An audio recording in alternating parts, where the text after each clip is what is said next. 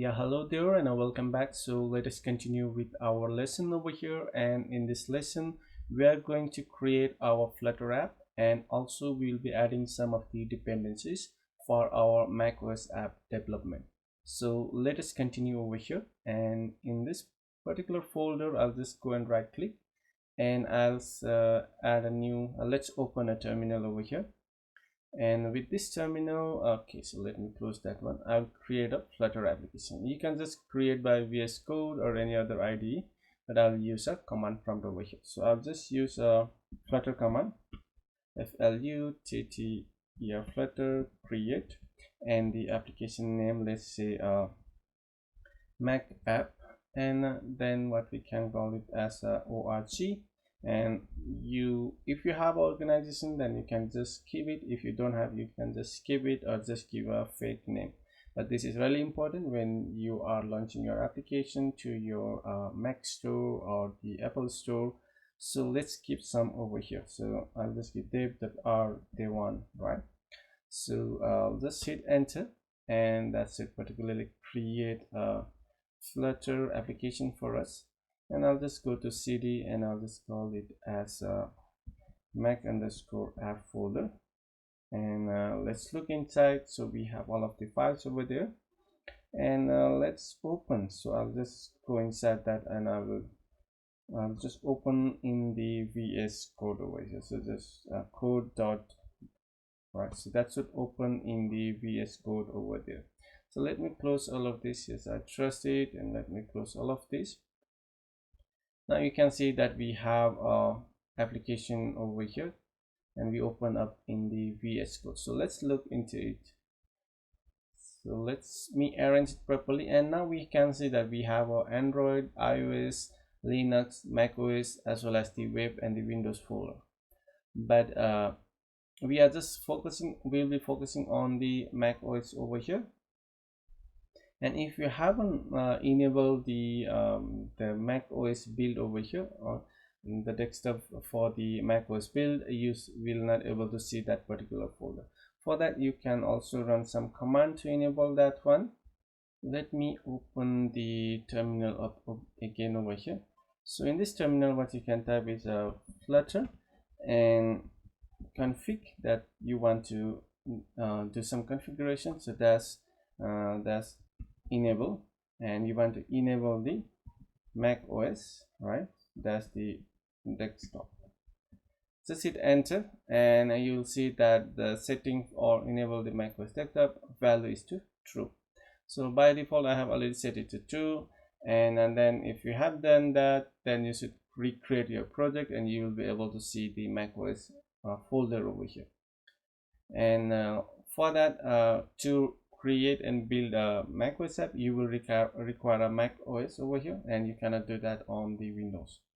So let's go to the our lib folder over here, and we have the main.d.dot file. So the base main.d.dot file, but we are interested on this particular pub/spec. So we will be adding some of our dependency over here inside the pub/spec.yml file.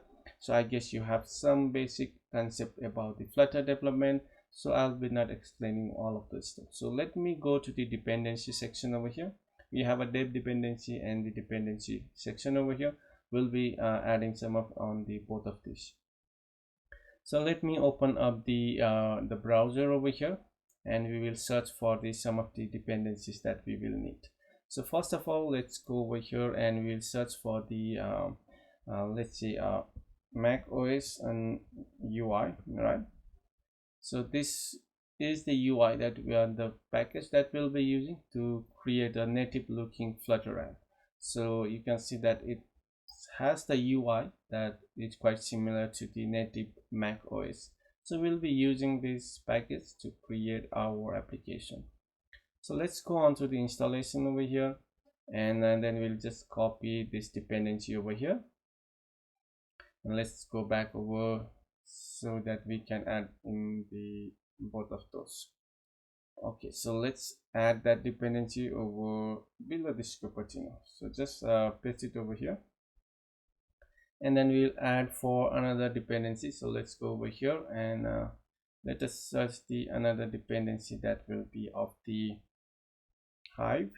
So we'll be using the Hive, and for that let's go inside this, and this will help us to create the database in the macOS app. So you can see the support for the Android, iOS, Linux, macOS, web, and the Windows too. So let's add the dependency for this one, and you can also use the another one, which is a Flutter Hive. So if I can go and search for the Flutter Hive, and then that should be of the, let's say, Flutter underscore Hive, and we have the, okay, so Hive Flutter. So let me get that one, the extension for the Hive, right? So we need that one for the Flutter application. That will make our life much easier, so we don't have to create some of the configuration if we got this. So let's go back and add that to the dependency 2 over here, and I guess we have macOS, Hive, and the Hive Flutter for now. And then we'll go to the dev dependency, and in the dev dependency we'll be adding some more. So in the we will just go over here and search for the some dependency that will be of the Hive generator. So this will help us to create a generator type adapter, because we'll be using a custom object to store in our Hive. So we'll be using a type adapter, which will be our tool to create a like the object for us that will be storing inside the Hive. So let us add that one, and also we will search for the another dependency over here that will be of the build runner. So a build runner is a system for the Dart code generated. So this will help us to generate a code. So you can just go and read, and I guess if you have already built some the application, that you should be able to know what is a build runner, right? It's a package that is that will be used to generate a Dart code, right? Because when we have a like the data class, like if you have a user model and you want to have a type converter for that one, for the Hive, we need to generate some code. So we will use this tool to generate that required code. So what we'll do is we'll go to the installation, and then let us copy this section from here. And let's go back and let's add that section over here. So I guess that should be fine, and let me open up the terminal from here, and I can just run the flutter pub run, right? And I guess that should be okay, flutter pub get, right? And then if you can also use this command, like you can have a download button and then the version. So you can just use get the package button if you have. So I guess that the packets are installed already, and if I just go to the main.d file, let me arrange this one properly first of all, and then if I go and if I try to import that package, it should be there. So import the package of the Hive. So I guess that is already there. And if I need macOS, okay, so the macOS UI is already there. So it means that our dependency are already installed, and we are ready to move to our next lecture. So I guess that's all for this lesson, and we'll meet up in the next lecture. Till then, have a great day. So let us continue with our lesson over here. So the next step would be to add our macOS main.dart file, and that file we'll be using for our macOS app. And this particular main.dart file we'll be using for our iOS and the Android. But for the macOS app, we'll be creating a separate file where we can add a separate UI and the configuration for our macOS app. So let us go and create a new file over here, and I'll call it as or I can just copy this file. So let me copy all of this and just paste it over here, and I'll just rename this one to, let's rename this one to macOS underscore main.dart file. So we got that file, and let us refactor the code. So first of all, I'll just delete this stuff, so we are not going to use that one. And the next step would be to replace this material app with a macOS app. So the macOS app is similar to the material app over here. It has all of the properties from the macOS app, but the another thing is that this macOS app comes from the macOS UI, and it will give us the UI quite similar to the native macOS. So if I go to this particular over here, and you can see that it has all of the properties that we can use, right? And it has the Mac app that the router, macOS app that router that basically has also in the material app, and you have all of the functionality that you can use it from here.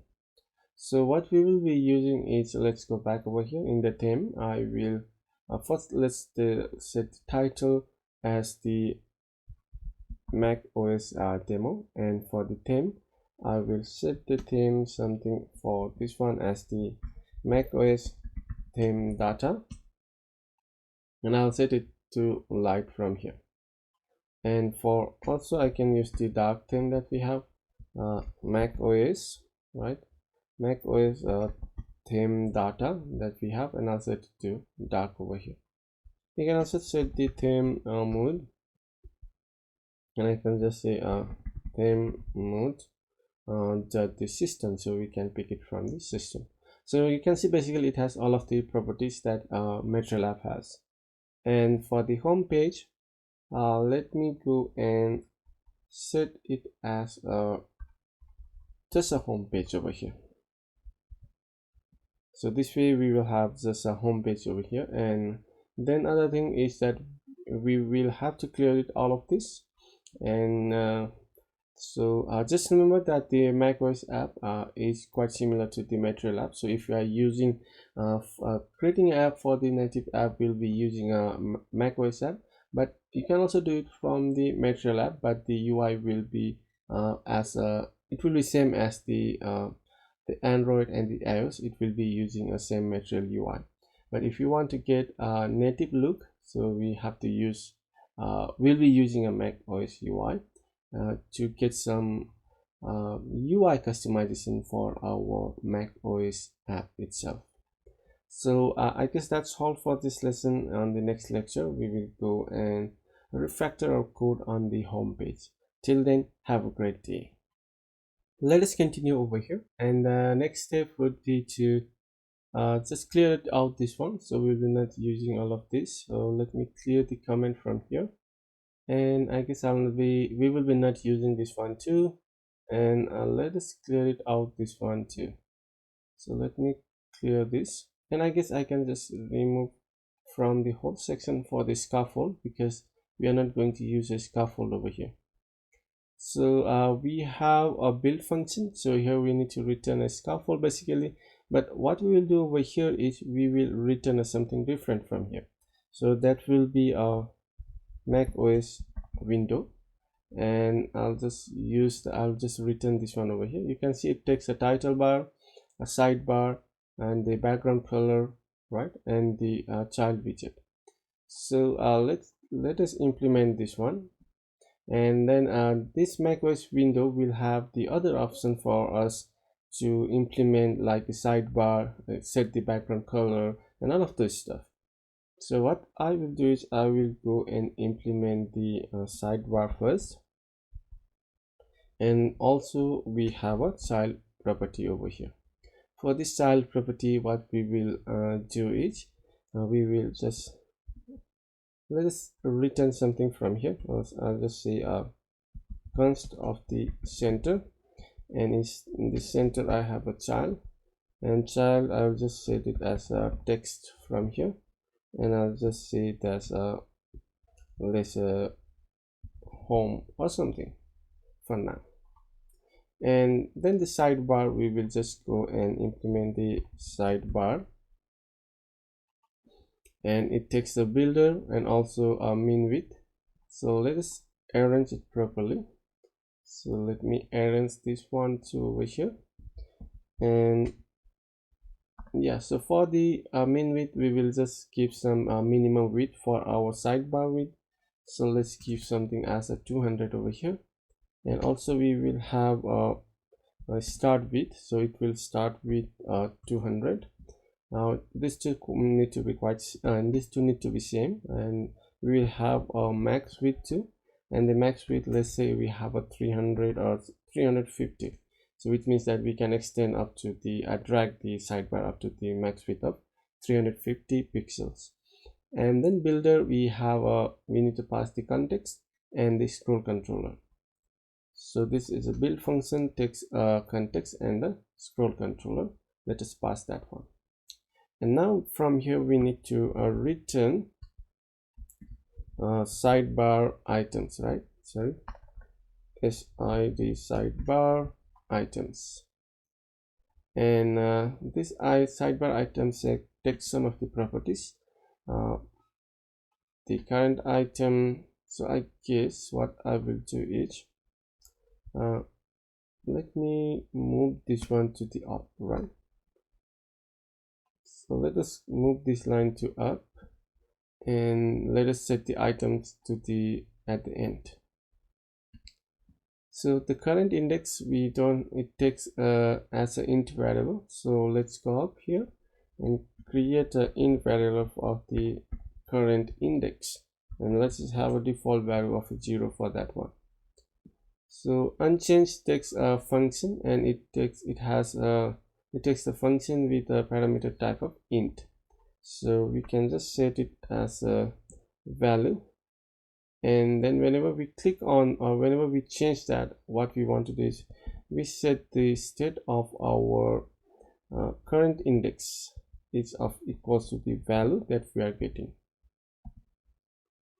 So we are not using any state management for this one, also we'll just use a set state for now. And in the items, this is a list of the sidebar item, so we will just say sidebar item that we have, and yeah, so we'll just use that one.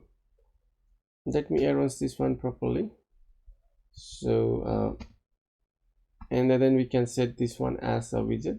So what we will do is, okay, so I need to bring this one down over here, and then this one too.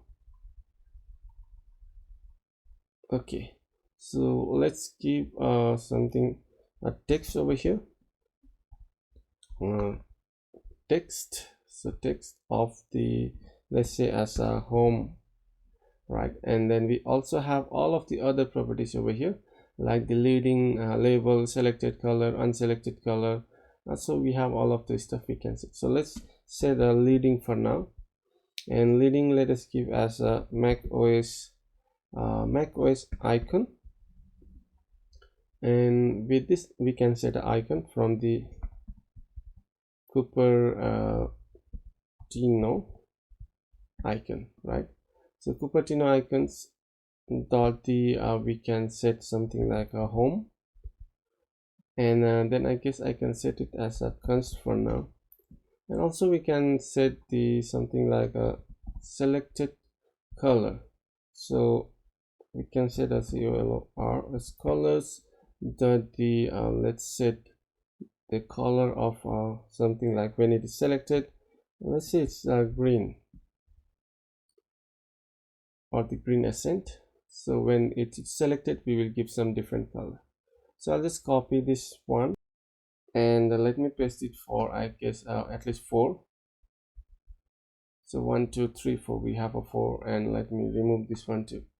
So what we'll do is a home, and let's say this one each of our product, and let's say this one each of the account, and this one we have something for as a setting. So we have a 4 tab over here, and then let me close it over here. Okay, so that's it. And then what we will do now is you can change the icon first of all. So the icon for the product, let's give something for this one as a car or something, you can find anything, or you can also add as a card over here. And then we have an account, so we'll just set it as a person.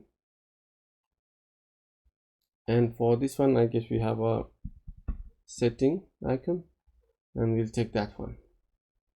So once we have that, I guess we can run our app, and let us try to see over here. So flutter run, that's D, and before that's D, I need to provide the target. So that's D. It's inside the lib folder. We have a MacOS underscore main.d.file, and then we will just give a dash D as a target of a MacOS. Let us wait for some second. I guess it will be running soon. Okay, so now you can see here that we have our app running, and whenever we can click over here, and when we click we get a different color when it is selected, so just as we thought. So now you can see that it looks quite similar over here to the native macOS UI. We can also remove this one, and then we can add the title over here, and also we have a button over here. So let us try to add that one too over here. First of all, let's go over here and remove the debug banner. Something is it debug banner? So debug so check banner as a false, so that will remove that banner for us. And then we will go down over here, and on the sidebar we will set it as a top to the row, and let us have a row over here. And row has children, right? In the children we can provide something like a text for this one, and then we have a let's set it as a Mac OS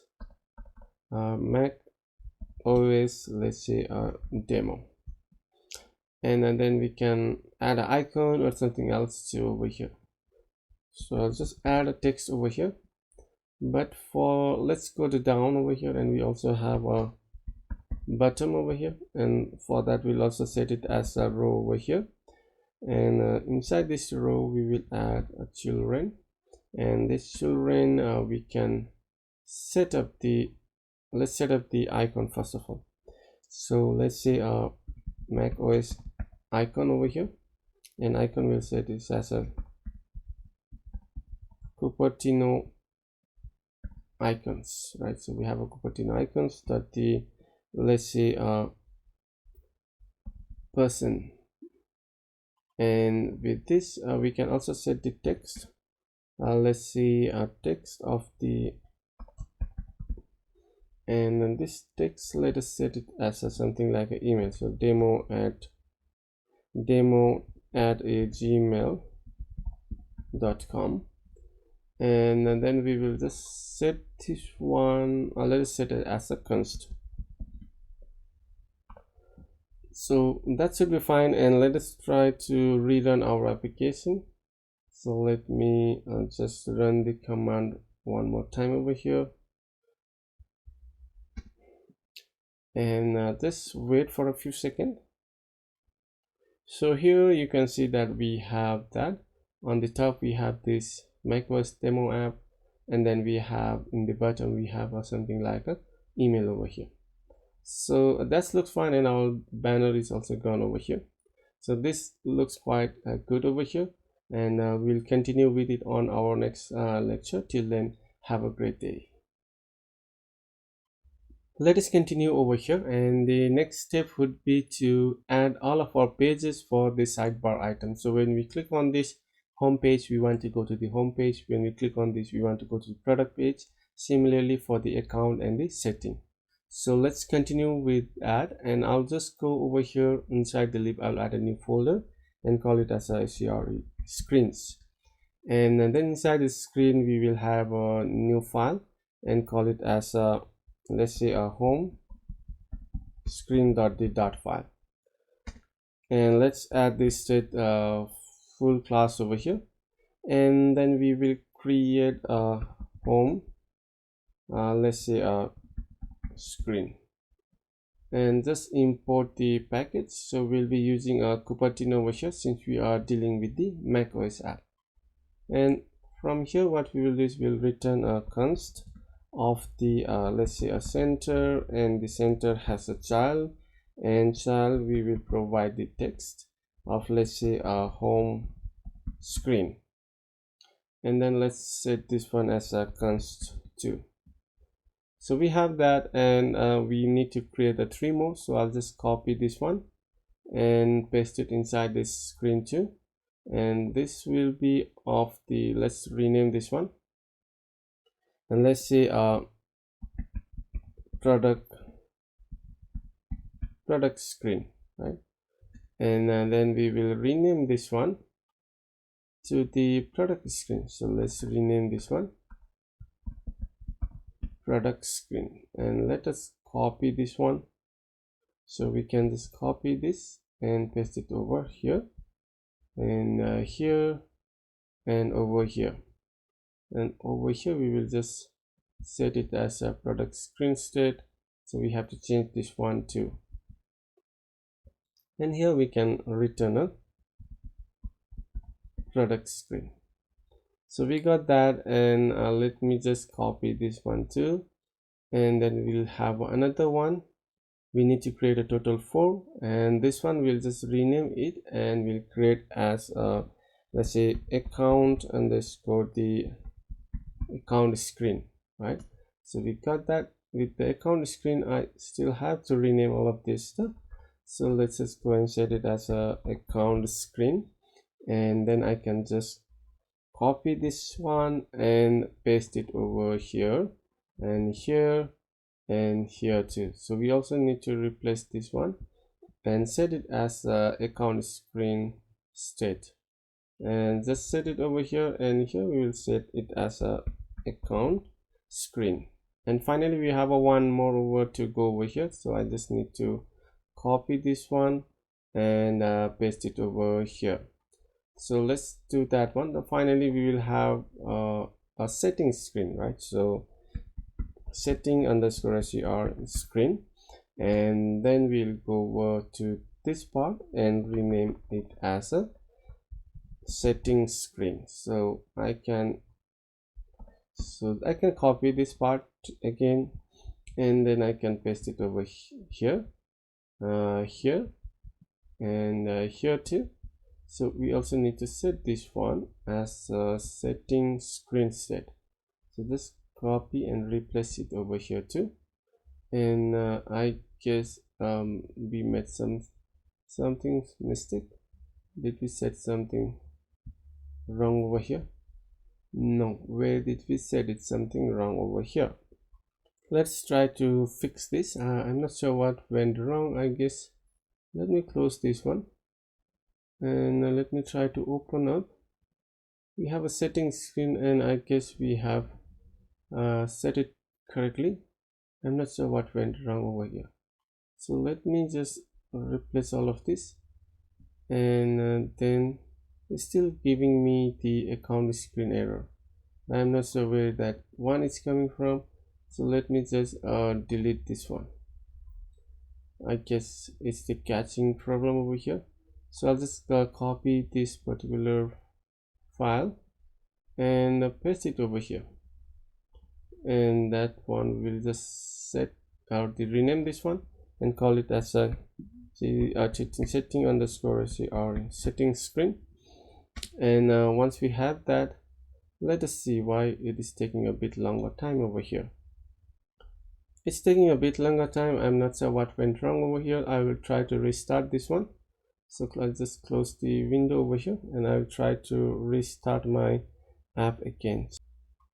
So here is the one, and then we have to rename this one. So let me rename this one and call it as a setting underscore SER screen, and then we will just replace this one too as a let us set it as a setting screen. Just copy this part and paste it over here, here, and here. And also we have to replace this one. So let's replace this one too from here, And yeah, settings screen, I guess settings screen state, this is okay, so we have a mistake over here. And then here we can set as a setting screen. So it was a catching issue, so we restarted and it looks fine. And then we'll just go back to our macOS main.file over here, and on the top we'll just go and add a final variable of a list of the, let's say, a widget, and this we will set it as a pages, which is equals to the list. And this we will add all of our page home screen, and then we have another one as after home we have a product and the PRO, you see the product screen, and then we will have the next one as a account screen, and finally we have a setting screen over here. So that should be one, and I'll just comment it out over here, and we can set this one as a const variable for our page over here. And then we'll just go over down over here, and inside from the child we'll return the list of that our pages. So let me remove this section. Here we will use a index tag over here. So index tags we can pass in the list of the pages, and then it will create a stack of the single child, right? It paints a single child from a list of the widget. So what we'll do is inside here we will pass the index as the current index that we have, and then we have children. So this children takes the list of the widget. So what we'll do, we'll pass as a pages over here, and I guess that should be fine. So let us try to run our app, and let us try to run our application, and it will take a bit time. Just hold on. And I guess we have done everything correctly. We created screens, 1 2 3 4 screens. We added it over here and created a list of the pages over here. And yeah, so we have a home screen, and then it should go to the product screen and account screen and the settings screen. So which means that the navigation for our the sidebar is working, and you can also add and drag all of these sidebars to over here. So this looks great, right? So we have done something cool over here. So the UI looks quite native over here. And then the next thing is that we still need some more stuff to be done over here. So let us meet up in the next lecture. Till then, have a great day. Let us continue with our lesson over here. And the next step would be to add one more page. So let's go to the screen, and I'll add a new page over here and call it as a, let's say, add underscore user screen.t.file. So with this we'll create a stateful widget over here and call it as a add user screen, and then I'll import this stateful widget over here. So let me import that. Let's take it from the Cupertino. And now with the container, what we will do is we will replace, or we want to remove this container, and we'll return a Mac OS scaffold. So the Mac OS scaffold is similar to the scaffold that we generally use, but since we are using since we are building the application for the Mac OS, we will be using a Mac OS scaffold which comes from the Mac OS UI package. So it has some properties over here. We can pass in the children, and also we can pass in the toolbar. So we are interested on the toolbar and the children over here. So let us pass in the toolbar first of all, and then second parameter would be the children over here. So we pass in the toolbar and the children over here. So then let's create a toolbar over here, and let us add our toolbar over here. So it takes some of the properties that also to So you can see that it takes the height, it takes the alignment, title, and the title width, so all of those stuff leading. So you can pass all of those items, but we are interested in the list of the action, which is a toolbar item. All right, so let's go back over here, and let us add the title of this, particularly for this one. So I'll just say const text, and this text we will just say user. Sorry, it should be of let's say user. And then the next parameter we will set is something like title width. Let's give just 100 or 150, and then we have our action. The more importance is about the actions over here. So let us add an action over here. So we can add the toolbar, and with this, actually this action takes the list of the toolbar items, right? So we can pass in the toolbar items over here. So let's go and add a toolbar. I guess a toolbar, let's add something over here. So I will add the icon first of all, icon button. So toolbar icon button. So let's add the toolbar icon button over here, and it takes some of the properties as a label, icon, unpressed, show label, right, tooltips, and all of those stuff. So let us add some of those, and let me arrange it properly. So I guess that should be fine. So the label, it is the string. So let us pass the label over here, and I will just pass something and add, and then you can also have an icon, and let's add the icon. So let us add the MacOS icon, and with this MacOS icon I can just say Cupertino icon, right? Sorry, Cupertino icon, and this should be of the add icon. So we have an add icon.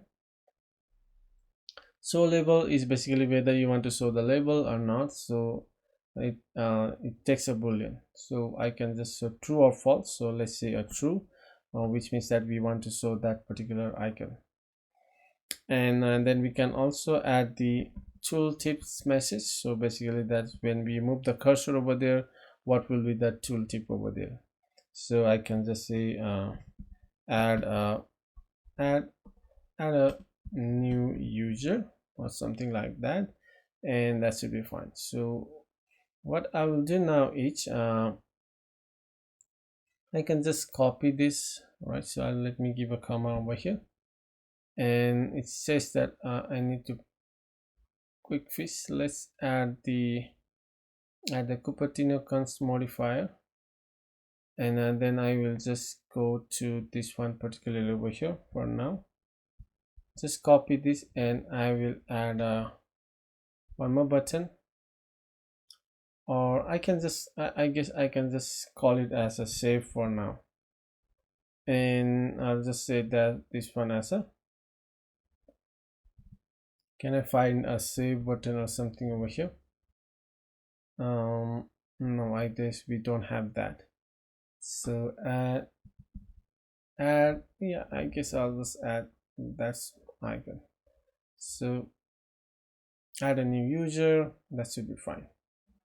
So here we also can add the let's say delete a label of our delete, right? So delete, delete, and here we can just call or remove or something, remo, or we don't have a remove, so I guess delete, and I can just see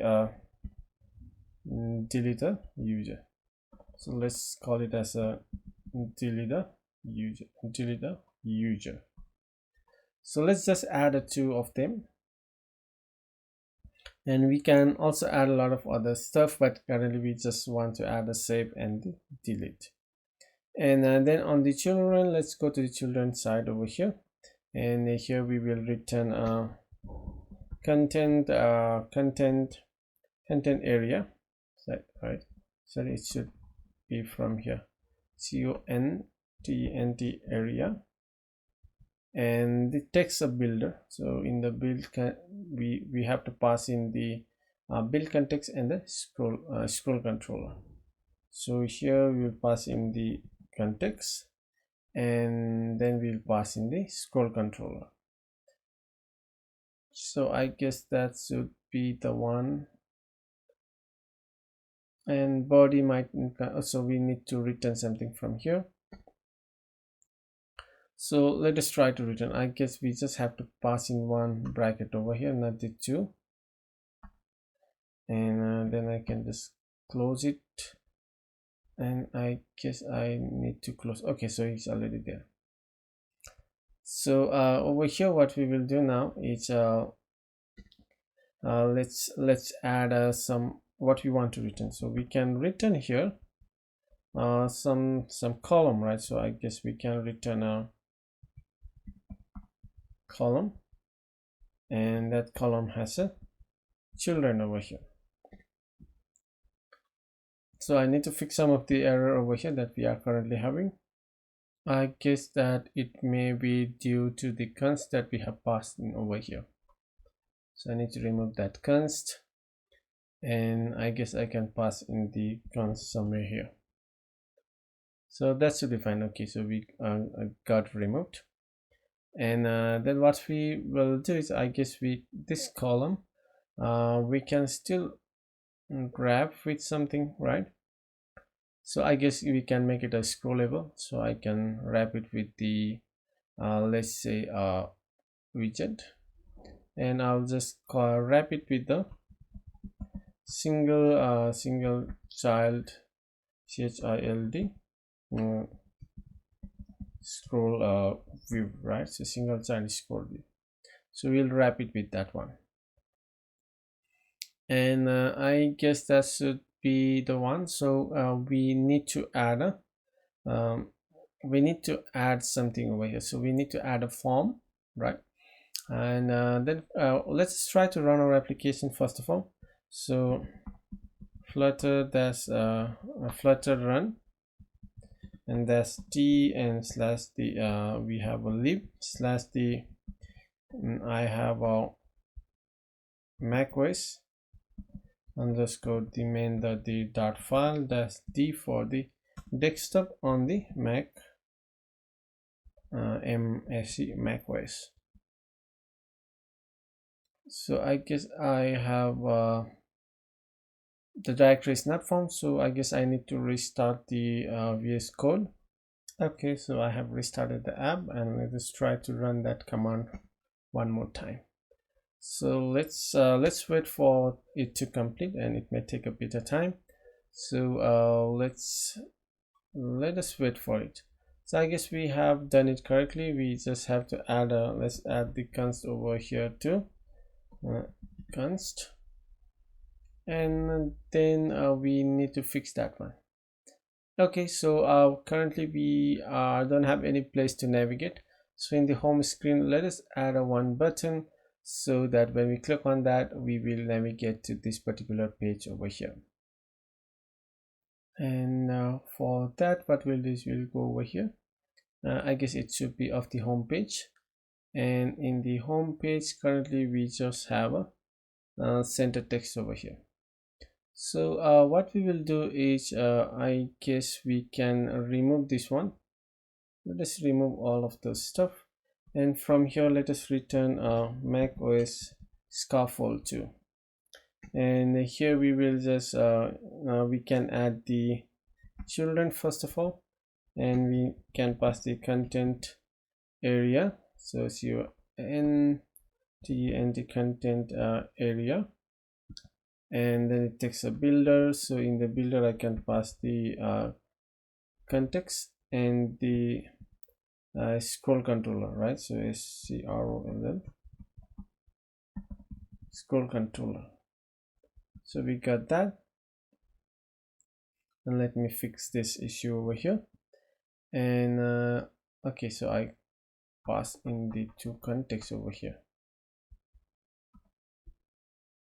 Okay, so that should be fine. And the next step is to, over this content area, what we can do is, let us add for now, let us just we can just return from here column 2. So let us return a column 2 over here. And here I will just add a one button over here. So let us add a button. So for that, I'll just add a push button. So push button.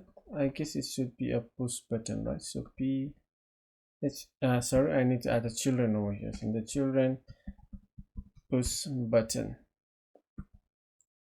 And you can see that push buttons comes from the macOS UI. And then we have a child, and then we have a button size as well. So let me arrange it properly.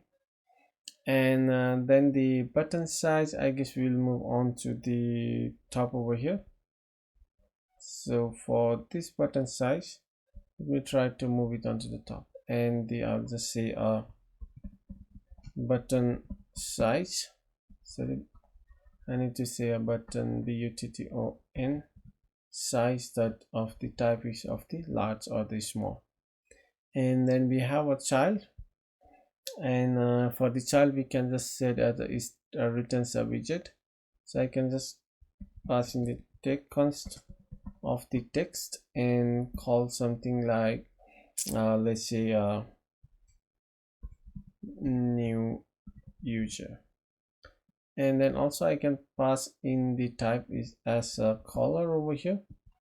And with the color I can just say colors color study blue. Sorry, it should be of the colors. And so why I cannot find the colors, right? That the let's say a blue over here. And I guess that should be fine. For now I can just put it as a const over here, and I can remove this one. So let me try to go to somewhere here. Okay, so I got the error, and I also can pass in the unpressed over here. So when I unpress, I would like to navigate somewhere. So I want to navigate to the another page. So from here I can just say navigator.the push. So I want to pass it the material route over here, material page route, right? And then the builder, I need to pass in the, I'm not going to use the context, so I can just use underscore over here. And then I can just return from here the const of the add user screen. So I guess that should be fine.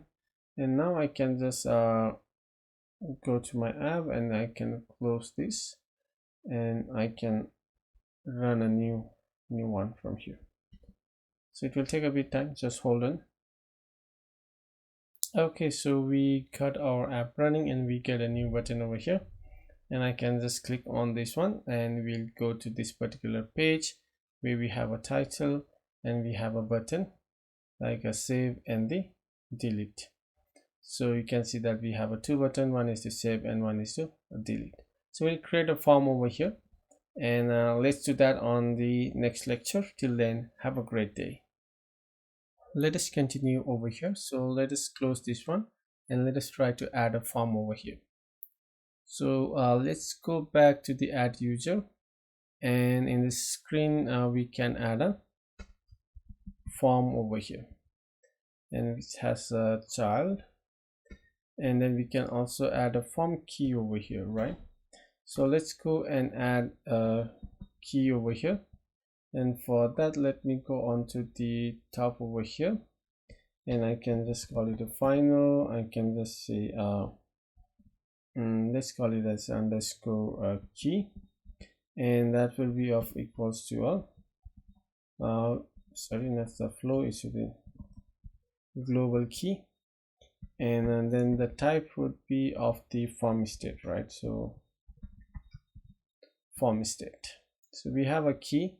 I can just call it as a underscore for form key. So I can just go and pass that one over here. Form key. It should be of underscore, right? So underscore or form key. And the child we need to pass in the widget. So here I will pass in the column 2, I guess. So let us pass in the column, and this column has a children. So with this we need to add the text field. So instead of creating a one by one, let us create a reusable widget for our text field.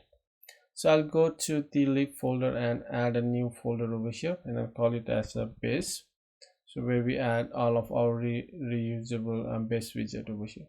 So I'll add a new file over here and call it as a base, let's say a form text field dot file, and let us call it as a stateless, so we don't need a state currently over here, and let's call it as a base and form text field, right? And then let us import the package over here.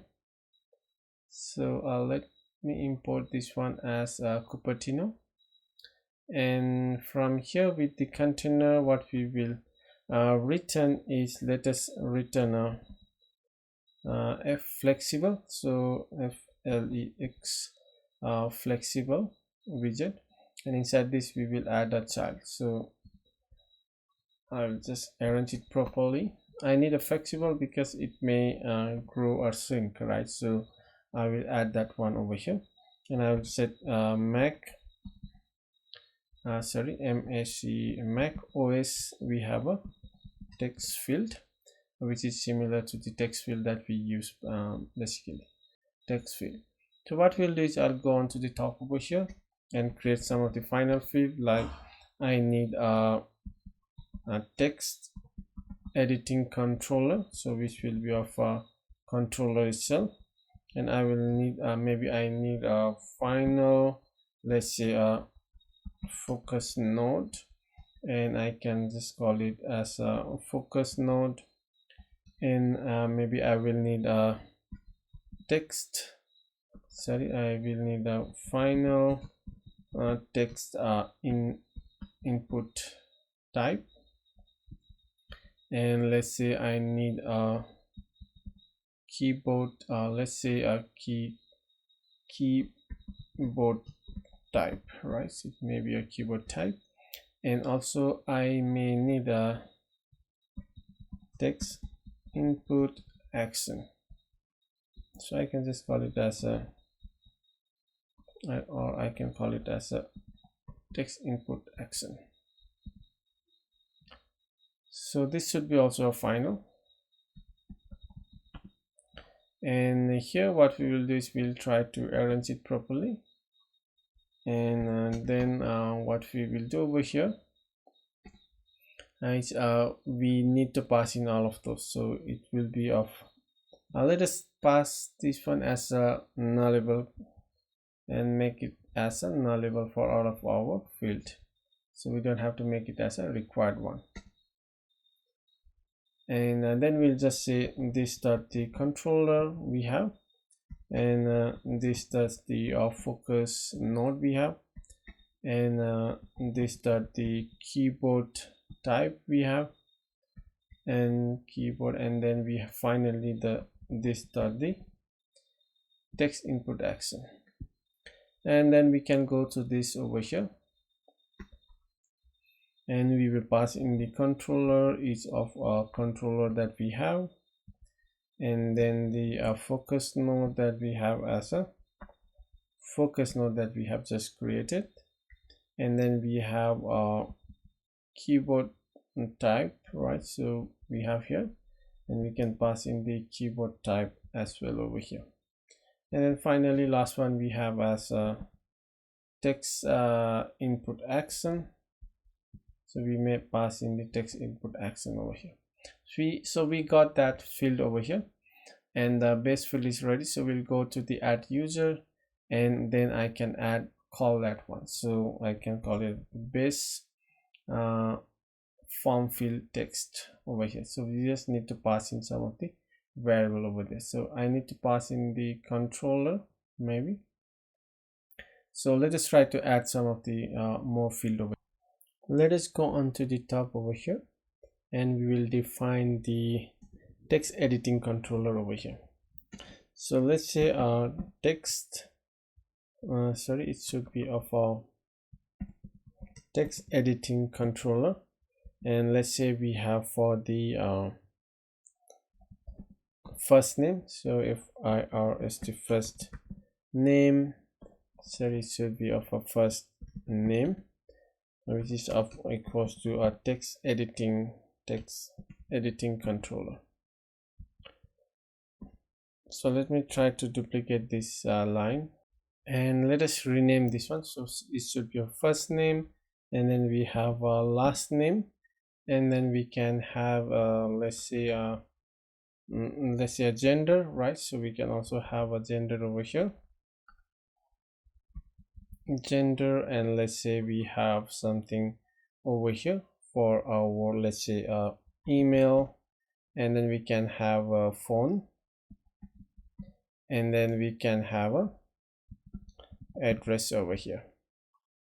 So 1 2 3 4 5 6, so we have a 6, and then I can just duplicate this one to 4 5 6 over again, and then I can just add the comma over here. Okay, and then I can pass in the controller. So will be of we have a controller, so I need to pass in the first name controller. So currently I guess I did not rename as a controller, so I guess it should be much better to have a controller name, and controller here as well as here, controller, and here to the controller, and also for the phone, and also for the address. Okay, so let's go back over here, and I need a first name controller, and here I need to pass in the controller as the last name controller, and then we will have over here one more controller that will be of the gender controller currently, and then we will have one more controller that will be of the email, right? So email controller, and then we have a controller that will be of a phone controller, and then finally we will have a address it should be of a controller, but of the address controller. So we have this form field over here, and then currently we don't have set any other stuff, but let us just try to run and see if everything is looking fine over here. So I'll just try to run the app over here, and let us see if everything is looking fine. So we'll just get we should get a form over there, but we still need to add a text field over there. So let us see. Okay, let's go to the new user. Okay, I guess we are not seeing any of those forms over here. Let me see what went wrong over here.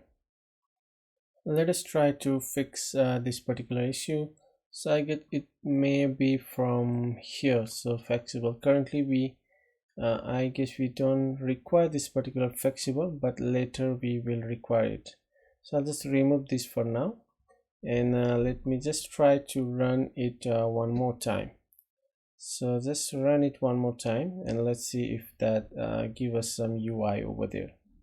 So it okay, so we can go to the new user. Okay, so we get the UI. So we have this and we need to just have some the padding or something.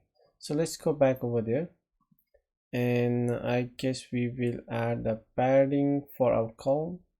I guess I will add it over here. So let's say a const of the size box, and this size box we will just set it as a height of, let's say, 8, and I can just copy this section and I can just paste it over here.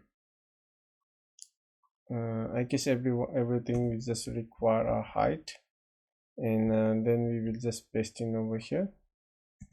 And yeah, so let me paste it over here too. It requires here and here one more time. Okay, so let us try to close that and run it one more time. So let me close that and let us restart it one more time. Okay, so we can go to the new user, and we have that. So we still need to do some formatting over here, and maybe we can add a label or something over here. So let's do that on the next lecture. Till then, have a great day. So let us continue with our lesson over here. The next step what we will do is we will add a row, and inside this row we will move our this base form text field. So let us go and add a row over here, and this row has a children, right? Inside this children we will move our, let me add a comma over here, and I'll just select this two, and let us move inside this particular here. Okay, so that should be fine, and I can remove this height because we are not going to use that height over there, and that should be fine. And then we will add a text over there. So const and the text, and this text we will set it as first name, and that should be fine. So we will set a width over here instead of height, and then we got that, and then I'll just copy this one and paste it over here. So this should be of a last name, and then we have one of the height over there, and then after that I will have again another row, and this row will have children, and let us have a comma over here, and I will move these two of the base field. Okay, so it looks fine, and then we need to add the text field over here, right? So const, and we have a text of, we will call this one as a gender, and then we will have another one as a const text, and this will be of our email, and that should be fine. So let us add a comma over here and here too, and then we have finally one, and let us have a height over here, and then we'll have a row, and with this row we have a children, and inside this children we will move over this two field. So just copy this part and move it inside this one. Okay, so we got that. So now we have set up that one, and then what we will do now is let us try to run our application. So let's go over here and let us try to run the application, and I guess everything's look fine, but maybe we will have some error over here since we are adding multiple inside column, row, and then we inside the row we have this multiple text view. So here is the app, and if I try to run, yeah, I get an error over here. So for that, what we'll do is we'll just close this one, and that should be from this specs field. And over here we will add a new widget over here, and this widget will be of a row. So let us add, okay, so now we can have that one. So we have a name and the last name over here, and gender and the email, and I guess we forgot to add the text for the last one, which is of the address. So let us go over here, and then we will have one more field over here. So with the phone and the address. So let us add that const of the text phone, and then let us have one more over here, right? And then it should be of a const text, and this will be of a address. And yeah, I guess that should be fine. And what we'll do is, instead of the width, we have to provide the this is a height, so we need to provide the width over here. And then also this is a width. I guess we will not need this anymore, so just I'll just try to remove that one, and I'll also remove this one. So let me go up, and I guess I have here over here, so let me try to remove that, and let us try to close this, right? And then let me try to run the app one more time. Okay, so here you go, and yeah, now we have a first name, last name, and then we have a gender, an email, and phone, and the address. So now we can actually fill in, and then we need to save this one. So for that, in order to save it, we need to create our database. And on the next lecture, we'll go and see how we can add a database. We'll be using a Hive for that one. We have already added the dependency, so we just need to create the adapter and initialize the Hive for us. So let's do that on the next lecture. Till then, have a great day. Let us continue over here. So what we will do now is we will add a model. So let's go to the lib folder and create a new folder over here and call it as a model. And okay, so what happened over here? So let me add a models folder over here, and inside this I will add a new file and call it let's call it as a user, and then this, I guess we'll just call it as a user model, and then the dot file. So user model dot the dot file, and we'll create a class over here, class class, and this will be of a user model, and then it will extend the from our Hive. So Hive object will be using a Hive over here. So once we have this class, what we'll do is we will need to add some annotation. First of all, I'll create a part for it, and this part will add a user underscore model dot dg dot file that will be generated later. And then we also need annotation over here as a Hive type. So this will generate a type adapter for us. That type ID we will just start with the 0 for now. And if you are not sure what I'm doing over here, you can go back and watch my lesson on the Hive. So there is another course related to the Hive, so you can watch that one. So I'll add some of the fields over here. So I'll create a final let's create a string, and then a name, and then we will have I guess I can just duplicate this one. Sorry, I need to move this one up, and then I can duplicate this line, right? So just let me try to duplicate this, and this one will be name, and this one will be of a last name. sorry, it should be of a last name, and then we have one more which is of the gender, and then we will have last name, gender, email, and then we have a phone, and then we will have a address. So I guess 1 2 3 4 5 6, that's also this one, we don't need it, so I can just remove this one.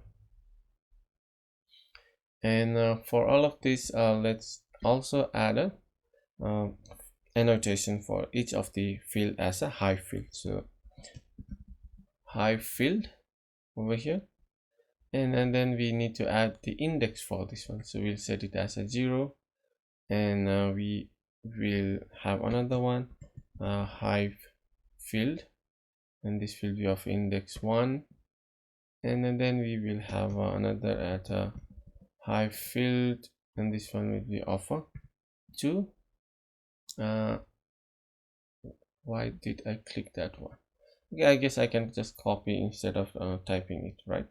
So copy it and just go and paste it over here, and this one we can change it to of a 3, and then we have another one over here, it should be of the 4, and let's have a 4 over here, and then we will have a last one which is of the 5.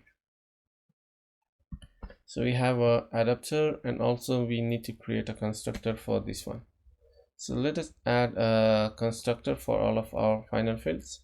So here we got the constructor, and let us arrange it properly, and then we can also make it as a required field, so, and also a named parameter. So let's select all of this, and let us add inside the curly brace, so that will make this one as a required field, right? And then I can just move this one, just move this one, and then I can just make it as a required, and all of these two required, and this should be also required, and this one is also required. Let us make all of this as a required field. Okay, so that's fine. And then what we'll do is we will also generate the override the toString. So in case if you want to print out this object, it will print out the value for this particular object. And also we will override some of the other options like the equality operator. So if you want to compare the two objects, we can use this one. So we have a equal operator, equal operator, and also the hash code. So this will help us, like when we compare the two objects of the user model, it will let us know whether it's equal or it's the same or not. So now we have this z.dart mentioned over here. We need to run a command. So we'll run a Flutter Build over there, and then we can have a delete conflicting outputs. Just hit enter, and that should run our program. So it should generate a file for us over here. So you can see it will generate a my user model type adapter. So this is the adapter that we will be using, which means that our adapter and the model class is ready. The next is we need to register the Hive database for us, and we will do that on the next lecture. Till then, have a great day. Let us continue over here, and the next thing is that we'll go to the macOS _main the dart file, and here we need to initialize our HiveDB on the main method over here. So we will set it as a asynchronous method, since we need to run some of the asynchronous function inside this main function. So first we will make sure that the widget binding widget flutter binding dot is ensure it is initialized, and after that I will use await keyword to have to initialize the Hive, and then for that Hive I will just import the package, which will be from the let's say Hive underscore Flutter. So I need to initialize this one. So let me close this, and then now I can Hive dot init Flutter. So I'll be using a init Flutter over here and initialize the Flutter for initialize the Hive for the Flutter. And then next, once we have that, we can register our adapter. So Hive dot the register the adapter that we have just created. So it should be of a user model adapter that we have just created. So that is the one that we have just created over here. So you can see that we have a user model adapter.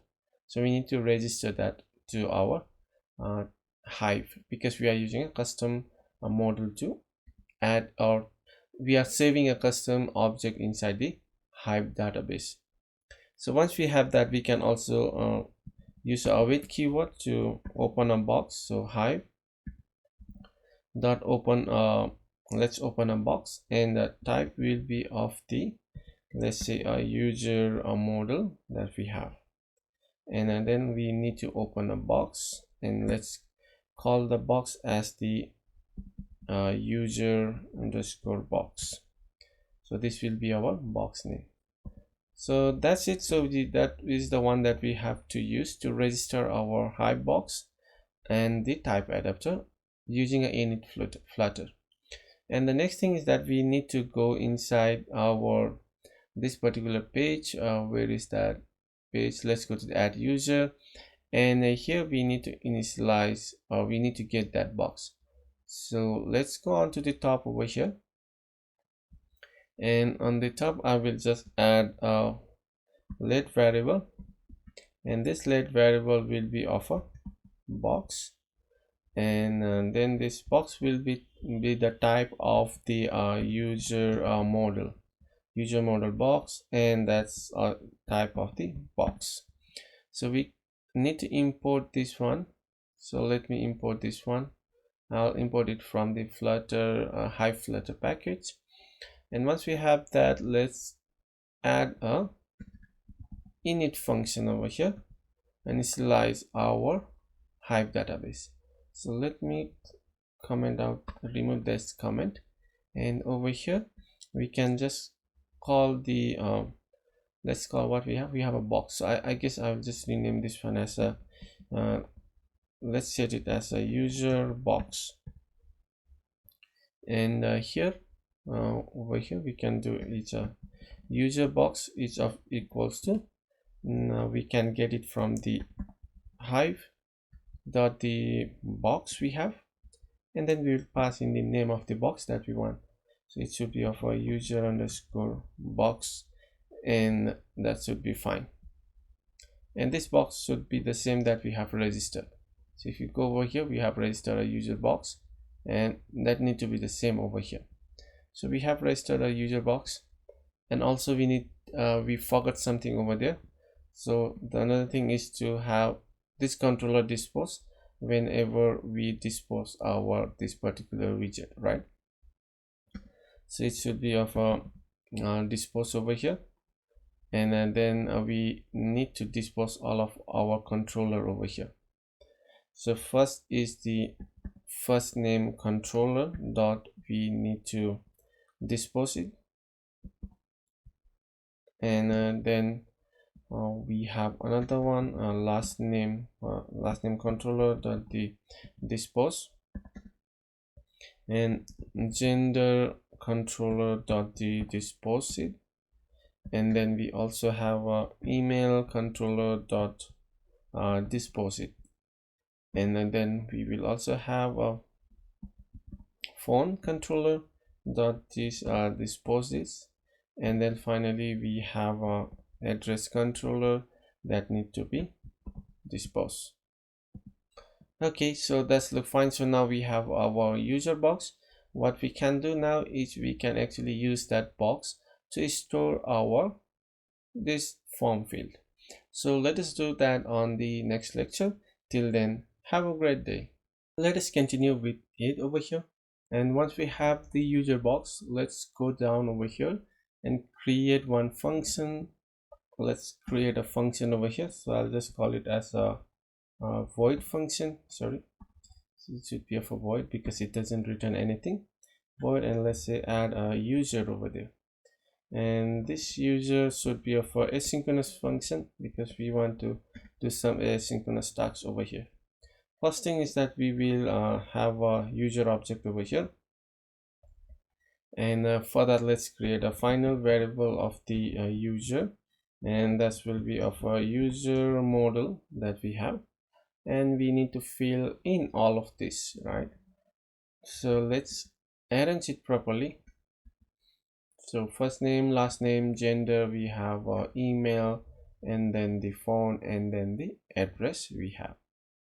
So let's try to arrange this one, all of those, and then I need to close it over here, and then let's have a first name controller dot the text that we will get from here, and this one be of the last name controller dot the text, and this will be of a gender, so gender controller dot the text that we need, and here we need the email controller dot the text, and here we need a phone controller dot the text, and similarly here we need a address, right? So address sorry, not the address it should be address controller. So I guess that it's something we made a mistake. So address, sorry for that. It should not be address, it should be address controller. So I had a mistake over there, so I guess you did not make the same mistake as me, and that should be fine. So I need to replace it over here too, and finally I need to replace it here. Okay, and then I need to get the text for that one. So once we have that user object, then what we can do is over here final, and we'll just say as a result, which is always of equals to await, and we have a user box, right? So user box dot, we can add it, and we will add the value of our user over here. That's it. And then finally we can debug print over here and print the result that we are getting, SQL result dot to string.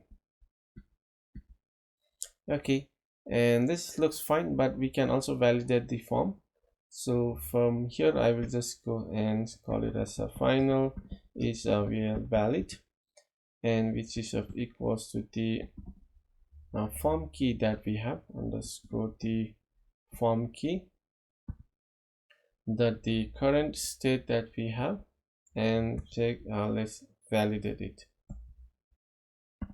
and we need to check this one if it is not null, right? So this will return us the boolean, and once we have that value, what we can do is we can check for the if condition. If each valid is not equals to null, and each valid, so which means that this is the form is valid, right? So then we can just move this section to the up here. So we got that, and that should be fine, and then we can call this function whenever we click on the toolbar save. So here in the toolbar we have the button, and this button has the option of unpressed. Currently we have not implemented that, so let's go and unpressed over here, and let us add or call that function. So it should be of the add the user that we have function, like so add user function over here, and it says invalid const, so we cannot add a const over here, so we need to just set it as a const over there, and also currently, yeah, okay, let us also implement over here. So let us try to implement the unpressed over here. So unpressed, we will have one new function, and currently we are not doing anything over there. So you can just debug print, so in case, and you can just type in something over here like the delete button clicked. Yeah, that looks fine. So we have added the unpressed over here. When we press that add a new user add the save button, it should call this particular function. So let's go and run our application, and let me go and run the Flutter. Where is our command over here? And just hold on, so it will take a bit time, and let us try to add some record to our Hive DB over here. So just a few more seconds, I guess it should be running over here, and I guess we didn't made any mistake over here. Okay, so let's go to the new user, and let's try over here like test1, and then we have a last name as the demo1, and let's say gender as a M, and email demo1@gmail.com or something like that, and then we have a phone, something of a random number, address, let's see demo address 1, and then we can just go to the console over here. So we have pressed it 2 times, so you get the first record is always 0 index, the second one is of a 1. And if you go over here again, and you can try to change something over here 2, and let's say 2 over here, let's say this one as a 2 over here, and if I save this again, you can see that we get that value over here. So which means that it's working, and the next step will be to show that particular somewhere over here. So let's show all of the list of our whatever we have added to this particular screen, and we'll do that on the next lecture. Till then, have a great day. Let us continue over here, and next step we will go to our home screen, and in this home screen we will be creating a list of the users. So currently we have added some users from here. We need to show that list of the user over this page. So let's go on to the top over here, and I'll just create a user over here. So let's create a, I guess I will use a lit variable, so lit, and then I have a user. I think I'll just use a box first of all. Let me type a box, and the type of the box that we want of the user model, and that will be of the user box that we have. And let me import this one. Let me import the user model as well as the box. I'll use a Flutter Hive, and then I guess I need to make it as a uppercase. So we have that in the user box, and in init state what we will do is we will initialize that one. So let me clear it out, this one, and then what we will do is we will just go over here and initialize that one. So user box that we have is equals to the hive dot the box that we have. Sorry, I just got the hive, so it should be hive dot the box, and then the box name will be of the user box. Okay, so we got our box over here, and the next step is to add a list view. So let's go on to the bottom over here, and we have a column, and then we have one button over here. So after this button we will be adding that one. So let us add a list view over here. I will use a list view builder over here, and let me arrange this one properly. So we got the builder, let me add a comma, Okay, so this builder will take context and the int. So let me pass in the context and the index as an int variable, and we also need to pass the scroll controller, and also the we need to pass in the length, right? So first we'll pass in the controller, sorry, not the consumer, conto controller, and this controller will be of the scroll controller that we have created on the top, which comes from the content area. And then we need to have a item count, and this item count will be of the user box dot the length that we have.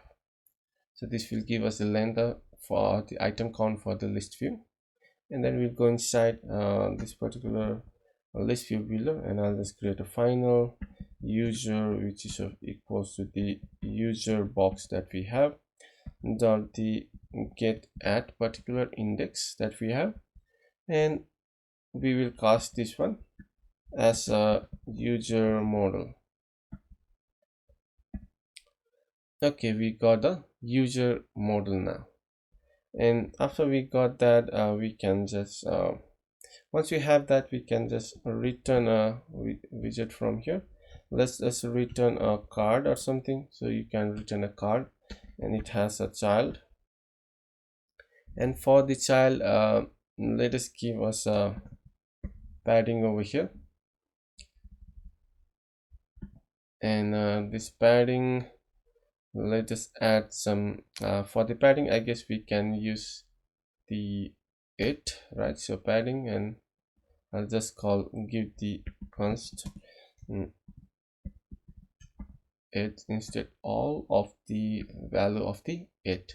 So this way we have a it padding on the all side, and then I can have a child. I see it's the child, and why I'm not getting a child over here? Padding, did I make some mistake over here? I guess it should be this bracket over here. Okay, and I get a child over here, and with this child I can column, and let me pass in the column over here, and column has a children, right? And I need to close this one. There is an error, and also it requires one more bracket, I guess. Okay, so now inside the children we can add our widget. So let's add the text first of all. I'll just add it text, and then we can pass in the user user dot the name we have, and I can pass that one, and let me copy this one too, right? So I think I can duplicate this one, and this one will be of a last name that we have, and this one will be of a gender, and this one we have a email, and we have a phone, and then we have a address, right? So I guess that should be fine over here.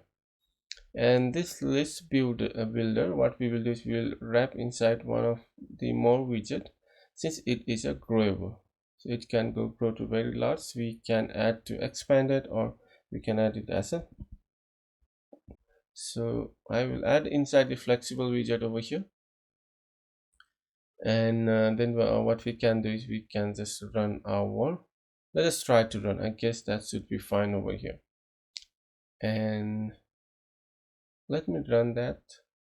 So flutter run, and I'll pass dash t as target as a lib slash the macOS underscore main dot the dot file, and that's the desktop, and that will be of a macOS. Here you can see that we have our list of the users that is populated, but the alignment is not correct, so we need to move it to the, I guess, to the start. So you can just go back, and I guess in this particular column I can assign the cross-axis alignment. So it should be for cross-axis alignment. I will set it to the start, and for this column too, I'll just go over here, cross-axis alignment, and cross-axis alignment I will set it to start, and then I can restart my app, right? So I can just close this, and let me restart one more time. And then now you can see that we have our list in the right side alignment to the left or the start, and as well as for this particular button. So we can just go and add some more over here. Let's say just 4, and here we can just give it as a demo 4, and then we'll say gender F and the email demo4@gmail.com, and then we have a phone. Let's give some number, an address, let's say demo4 address, and then I will just save this one, and let me add some more. So let's say 5. This one should be for 5, and let's change the email address to 5 to over here, and this one as a let's say a 5. Just save that one. Okay, so let me just go and add some more and create more over here. Okay, so here you go. So I have added a couple of more list over here, so you can see that I have added up to 12, and it is scrollable, right? So you can just drag the scroll controller. This is particularly the scroll controller that we have, and we can just drag up and up, and you can see that we have a list of the user. So in this way we have a list of the users, and we can add a new user, as well as we can have a list of the user over here. And I want this particular button to be moved inside the toolbar. So similarly, this kind of the toolbar that we'll create. So let's do that on the next lecture. Till then, have a great day.